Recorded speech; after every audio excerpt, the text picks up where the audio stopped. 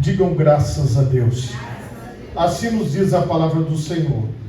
E sucedeu que todo um ano se reuniram naquela igreja e ensinaram muita gente.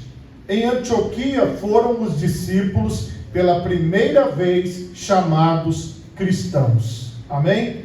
Levante a sua mão direita o mais alto que você puder. Feche os seus olhos e oremos a Deus. Pai Todo-Poderoso, neste momento, Senhor, eu quero te louvar e te bendizer por tua santa palavra, Pai, que acabou de ser lida aqui neste lugar. Ó Deus, eu quero te pedir, Senhor, que a tua palavra produza o fruto para o qual ela está sendo pregada. Que a tua palavra, Senhor, possa trazer um resultado nas nossas vidas. Alcança-nos, ó Deus, e abençoa-nos em nome de Jesus. Amém e graças a Deus. Podemos assentar, meus irmãos, em nome de Jesus.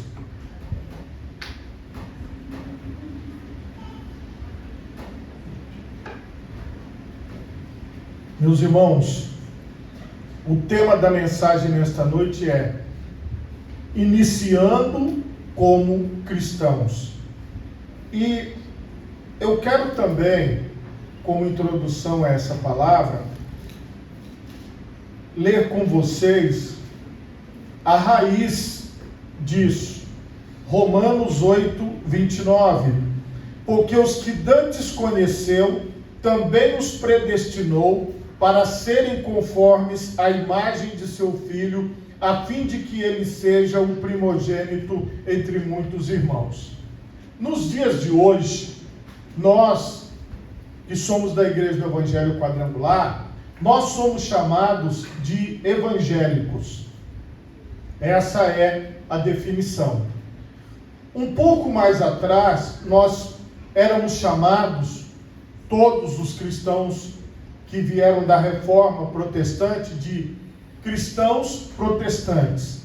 Nós temos várias vertentes do cristianismo no mundo e nós vamos encontrar religiões atreladas ao cristianismo, tanto aqui no Brasil como em outros lugares. Por exemplo, nós temos aqui no Brasil uma religião que iniciou aqui, que é chamada de o Espiritismo cristão. Começou aqui no Brasil. Nós temos muitas outras religiões espalhadas pelo mundo, que elas pegam um pouco da visão cristã, da visão de Jesus. Às vezes eles começam as reuniões lendo uma parte do Evangelho, lendo alguma coisa da Bíblia, e depois eles vão montando os seus rituais e fazendo o seu trabalho religioso. O que eu quero que você compreenda é que essa definição iniciou no nosso versículo que lemos como texto base. Em Antioquia, pela primeira vez, os discípulos foram chamados de cristãos. A visão de cristão aqui está diretamente atrelada a essa raiz que eu acabei de ler para vocês na introdução. Quando você é visto como um cristão, você é visto como uma pessoa que procura em tudo imitar ao Senhor Jesus. Veja que na leitura que nós fizemos, que o Senhor nos conheceu antes de tudo e nos predestinou e disse assim: olha, vocês serão conformes à imagem do Senhor Jesus Cristo. Porque o Senhor Jesus Cristo, ele se tornou o primeiro entre muitos irmãos. O modelo da vida do cristão não é o pastor da igreja. O modelo da vida do cristão não são os líderes da igreja. O modelo da vida do cristão é o próprio Senhor Jesus Cristo, que está vivo e no meio de nós. Então nós não temos necessidade de procurar um modelo para a nossa vida. E nós também não temos necessidade de nos compararmos com outras pessoas. Nós temos, irmãos, líderes religiosos em todo o mundo que têm um resultado extraordinário nas suas vidas, que se colocam como modelo, como exemplo. Nenhum serve para modelo e para exemplo. Somente o Senhor Jesus é o modelo e o exemplo que nós devemos seguir. Se nós somos cristãos verdadeiros, Aqui eu estou dizendo a você o sentido de ser cristão, não o sentido de pertencer ao cristianismo e às suas diversas vertentes. Porque o que você vai encontrar dentro das religiões que professam a fé cristã? Você vai encontrar muita diferença.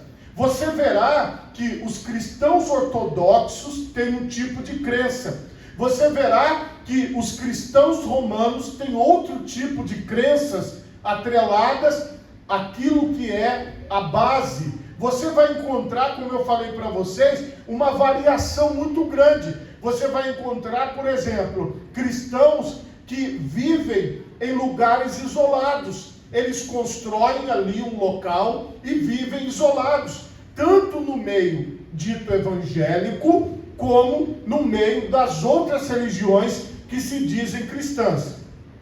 Agora, eu preciso que vocês deixem um pouco de lado as visões cristãs que nós já fizemos parte, ou que nós temos conhecimento através de leitura, através de documentários, que nós sabemos como essas religiões funcionam.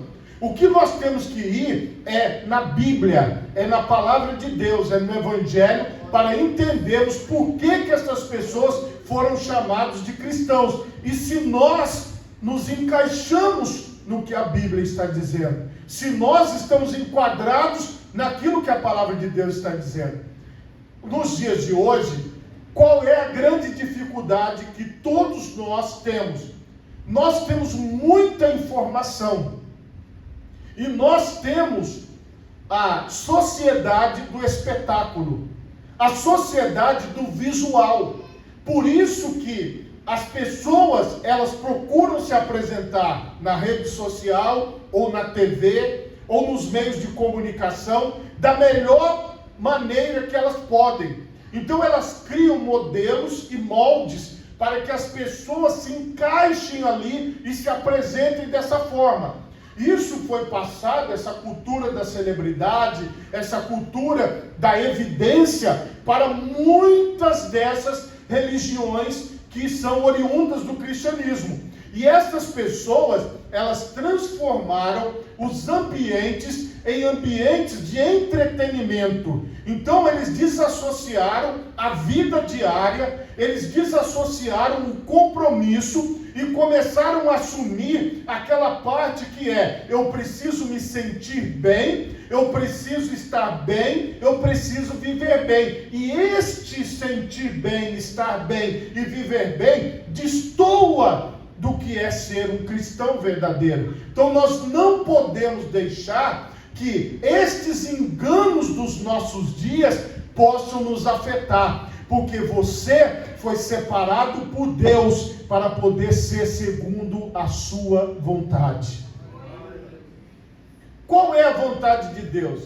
Tem um resumo na Bíblia. Lucas capítulo 6, a partir do versículo 20. E levantando eles os olhos para os seus discípulos, dizia. Ele falou para os seus discípulos, para nós que somos seus seguidores: bem-aventurados vós, os pobres, porque vosso é o reino de Deus. Bem-aventurados vós, que agora tendes fome, porque sereis fartos. Bem-aventurados vós, que agora chorais, porque haveis de rir.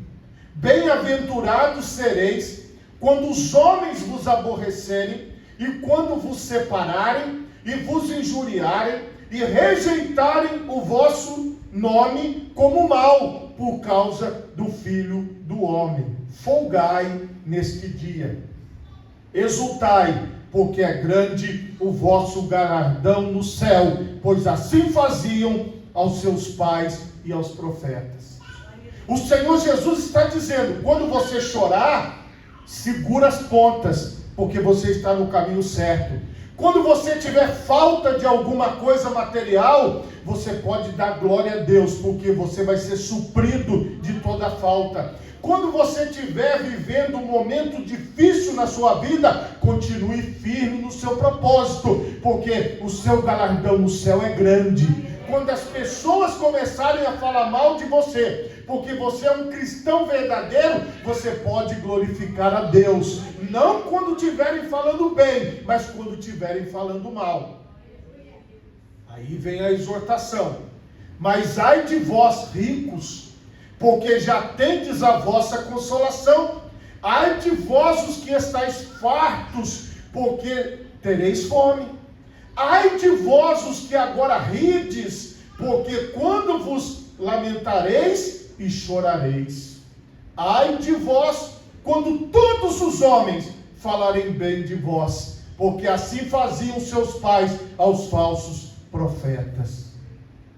Olha a exortação de Cristo. Estão falando bem de você, toma cuidado, que você pode estar no caminho errado. Estão te elogiando muito. E as pessoas que estão atrás do elogio? E as pessoas que estão atrás do gostei? E as pessoas que estão atrás de dizer assim: e aí, como foi? Foi bom para você? Irmão, eu quero que ser como Cristo falou, que seja ruim para mim, mas que seja bom para a vida eterna, entendeu? Porque se você estiver passando por uma coisa difícil, isso não quer dizer que você não é cristão verdadeiro. Isso não quer dizer que você não está firme com Deus. E aqui você observa que todos aqueles que aparentemente, socialmente, possam estar parecendo que estão bem, o Senhor Jesus disse que eles têm que tomar cuidado.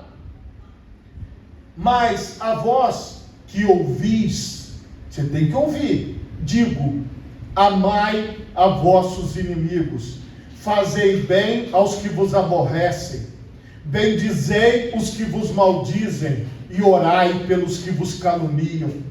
Ao que te ferir numa face, oferece-lhe também a outra, e ao que te houver tirado a capa, nem a túnica recuses, e dá a qualquer que te pedir.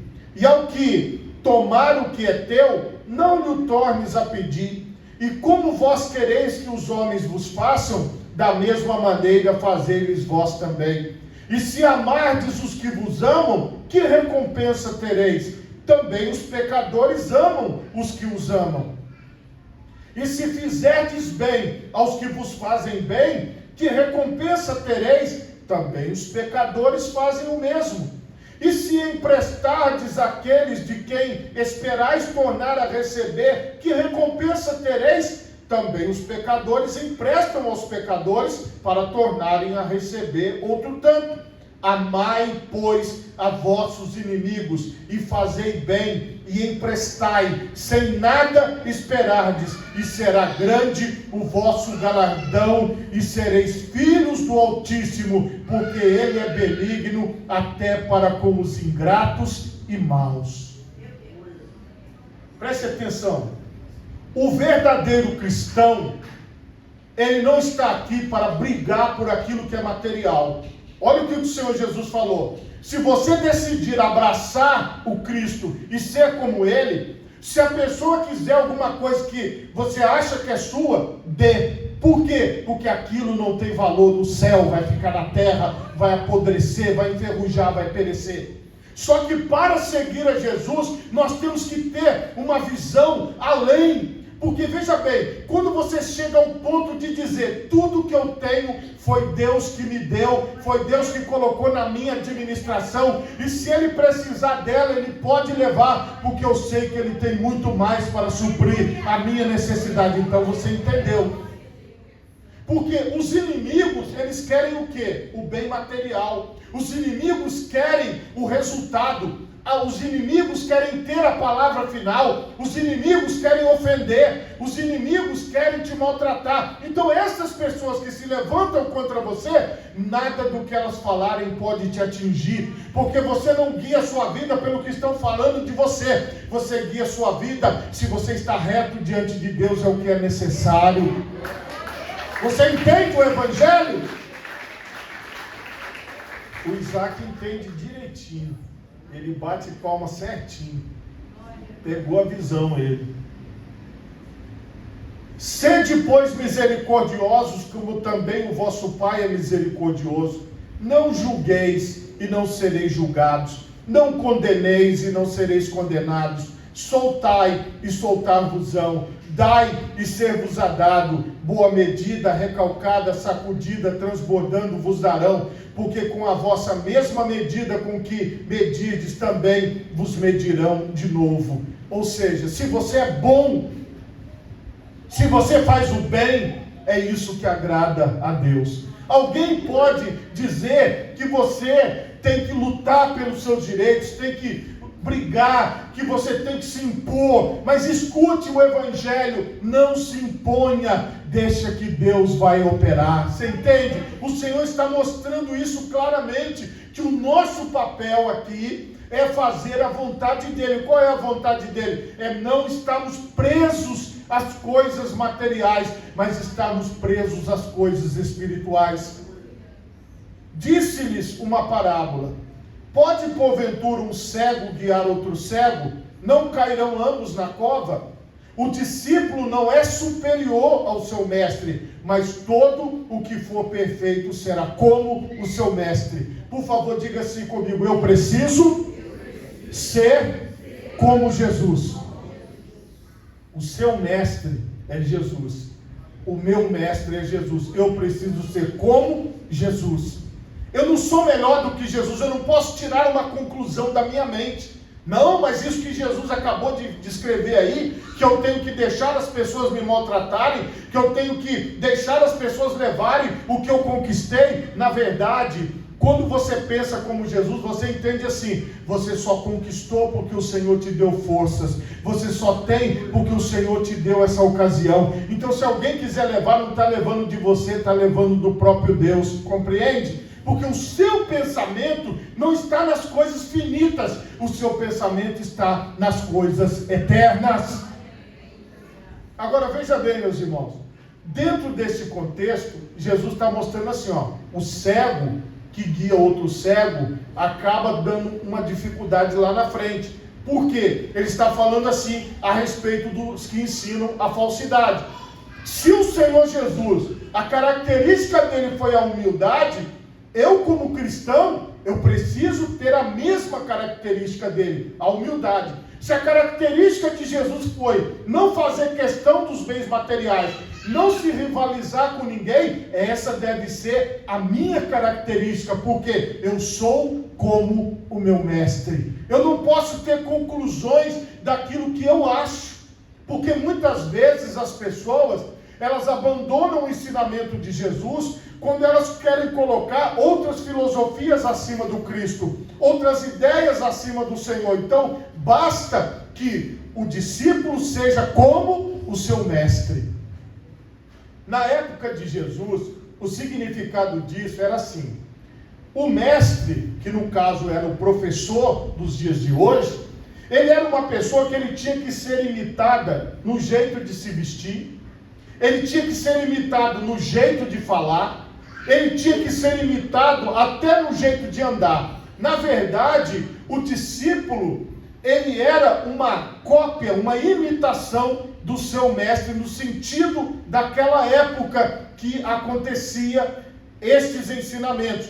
A forma dele de falar era de acordo com o que aquele mestre ensinava. Você tinha, nesse período em Israel, vários mestres da lei. Então haviam interpretações diferentes. Hoje é a mesma coisa, como eu falei para vocês. As ramificações do cristianismo, você vai ter pessoas que interpretam o mesmo texto de maneiras diferentes.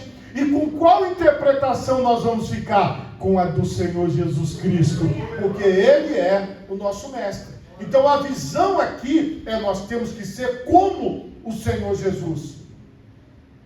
Ele vai ensinando, dizendo assim: e por que atentas tu no argueiro que está no olho do teu irmão, e não reparas na trave que está no teu próprio olho?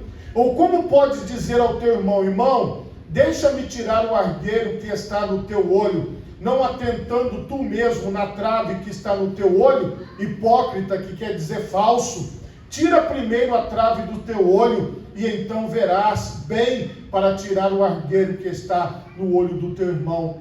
Porque não há boa árvore que dê mau fruto, nem má árvore que dê bom fruto. porque cada árvore se conhece pelo seu próprio fruto, pois não se colhem figos dos espinheiros, nem se vindimam uvas dos abrolhos. O homem bom, do bom tesouro do seu coração, tira o bem, e o homem mau, do mau tesouro do seu coração, tira o mal, porque da abundância do seu coração fala a boca. Aí, Jesus mostra o que tem dentro de você.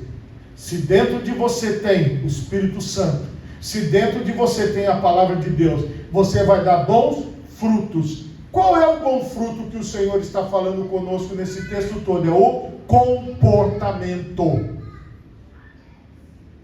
O cristão, ele é reconhecido e foi reconhecido em Antioquia pelo seu comportamento. Preste atenção nisso. O nosso comportamento não tem que ser o comportamento do pastor, o comportamento da pessoa B ou C. O nosso comportamento tem que ser o comportamento de Jesus. Porque Ele é o nosso mestre, Ele é o nosso modelo. E nós temos acesso a tudo que Ele falou e a tudo que Ele ensinou para nós seguirmos. Todos nós aqui temos acesso. Então a questão aqui é, se eu me enveredei por um ramo do cristianismo que acabou me desvirtuando do que é ser cristão. Este é um problema dos dias atuais.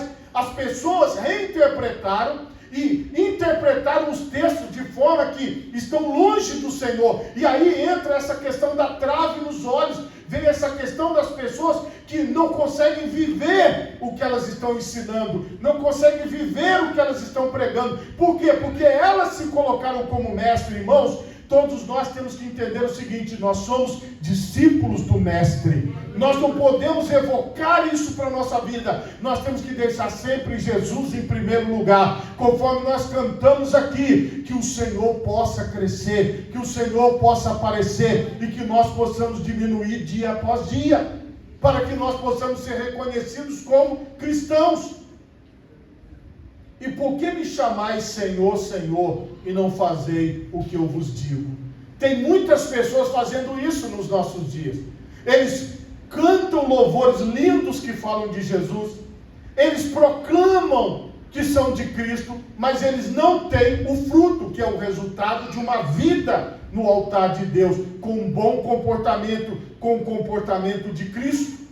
E você veja que Jesus fala: qualquer que vem a mim e ouve as minhas palavras e as observa, eu vos mostrarei a quem é semelhante. É semelhante ao homem que edificou uma casa e cavou e abriu bem fundo e pôs os alicerces sobre a rocha. E vindo a enchente, bateu com ímpeto a corrente daquela casa e não a pôde abalar, porque estava fundada sobre a rocha. Então, se você ouve o Evangelho, se você lê o Evangelho e você põe em prática, o fruto é a prática, é o dia a dia, é você com a sua família, é você no seu trabalho, é você aqui na igreja, é você nos lugares. O comportamento seu tem que ser o de Cristo, o comportamento meu tem que ser o de Cristo. Ele é o modelo. Isso é que é ser cristão de verdade. Ser cristão de verdade é seguir o que Jesus falou, porque é aqui, meus irmãos, que nós vamos nos diferenciar daqueles que são do cristianismo. Nós somos os verdadeiros discípulos de Jesus Cristo quando nós obedecemos, quando nós somos profundos em Jesus, profundos nos seus ensinamentos. Mas o que ouve e não pratica é semelhante ao homem que edificou uma casa sobre terra, sem alicerces, na qual bateu com ímpeto a corrente e logo caiu, e foi grande a ruína daquela casa.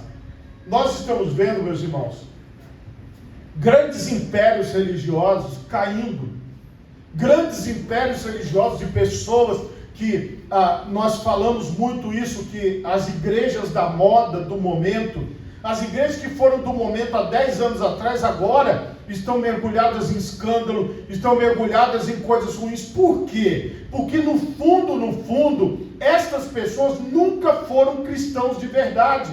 Elas estavam seguindo um movimento religioso. É aí, irmãos, que nós temos que avaliar. Se nós estamos seguindo ao movimento religioso ou se nós estamos seguindo a pessoa bendita de nosso Senhor e Salvador Jesus Cristo. Porque se eu creio que Jesus Cristo ressuscitou dos mortos e está aqui comigo, eu não estou seguindo o homem, eu estou seguindo a Jesus.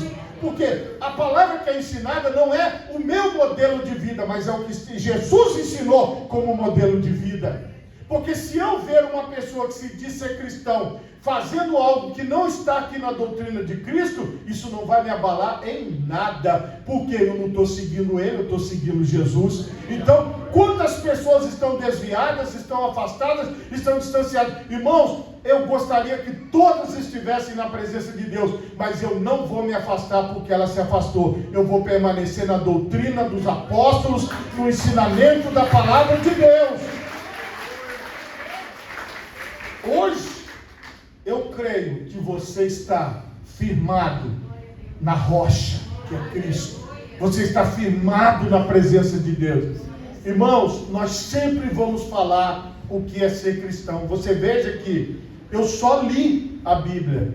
Eu não precisei de fazer mais nada. Então assim, nós vamos procurar nos moldar e nos encaixar com a ajuda do Espírito Santo naquilo que é ser cristão de verdade. Naquilo que é ser cristão da forma como Deus quer, da forma como exalta o nome do Senhor. Como vocês observaram, os verdadeiros cristãos não vão ser muito queridos, não vão ser muito bem aceitos, mas isso é ótimo, isso é maravilhoso, isso é glorioso. Irmãos, eu fiquei muito feliz, já falei isso aqui para vocês, de um pastor que agora até saiu já, nem sei se é mais, já fechou tudo que ele abriu. O camarada falou assim para as pessoas, quando as pessoas iam se mudar lá para a Serra, quando eu estava pastoreando, ele falava assim: olha, você pode ir para qualquer igreja, menos a igreja do pastor César, não vá para lá, escolha qualquer igreja, menos a dele. Ai, que delícia, irmão. Por quê? Porque ele está lá do lado do Satanás e eu estou do lado de Jesus. Então, por quê? Porque isso, irmão, é glorioso. Quando alguém não quer que uma pessoa ouça o Evangelho, porque é sinal de que o Evangelho vai abrir os olhos, vai mudar a vida da pessoa, e aquela pessoa quer proteger aquela pessoa da verdade, porque sempre foi ensinada na mentira. O que Jesus falou? E conhecereis a verdade, e a verdade vos libertará. Quando você conhece Jesus, você é liberto. Nenhum religioso vai te enganar. Nenhum falso pastor vai te enganar. Nenhuma falsa pastora vai te enganar. Por quê? Porque quando ele começar a falar, o Espírito de Deus vai mostrar para você que aquilo não é de Deus e você vai permanecer firme no Evangelho de Jesus. É isso que nos faz vitoriosos. Então, irmãos, no final, as pessoas vão fazer isso com quem está pregando o Evangelho. Porque se você avaliar, o que acontece? As pessoas estão vivendo o falso cristianismo baseado nas experiências dos seus líderes. E na verdade, quem segue a Jesus não vive baseado nas experiências do líder espiritual, mas ela vive baseada na experiência do mestre dos mestres, do rei dos reis e do senhor dos senhores. Ele é baseado na palavra de Deus. Você compreende? Por isso, irmãos, que eu gosto da igreja do Evangelho Quadrangular, porque ela troca de pastor. Porque isso é uma bênção, meus irmãos. É uma bênção. Por quê? Porque a igreja não está firmada no pastor. O pastor vai embora, vem outro. A pastora vai, vem outra. Mas quem é de Cristo não está na igreja por causa de pastor, mas está na igreja por causa do sumo pastor, que é Jesus. Amém. O tempo é curto. Essas mensagens, irmãos, eu fico empolgado. Coloque as duas mãos na altura do seu coração. Feche os seus olhos. Pai Todo-Poderoso, Senhor, traga-nos a consciência, Pai querido,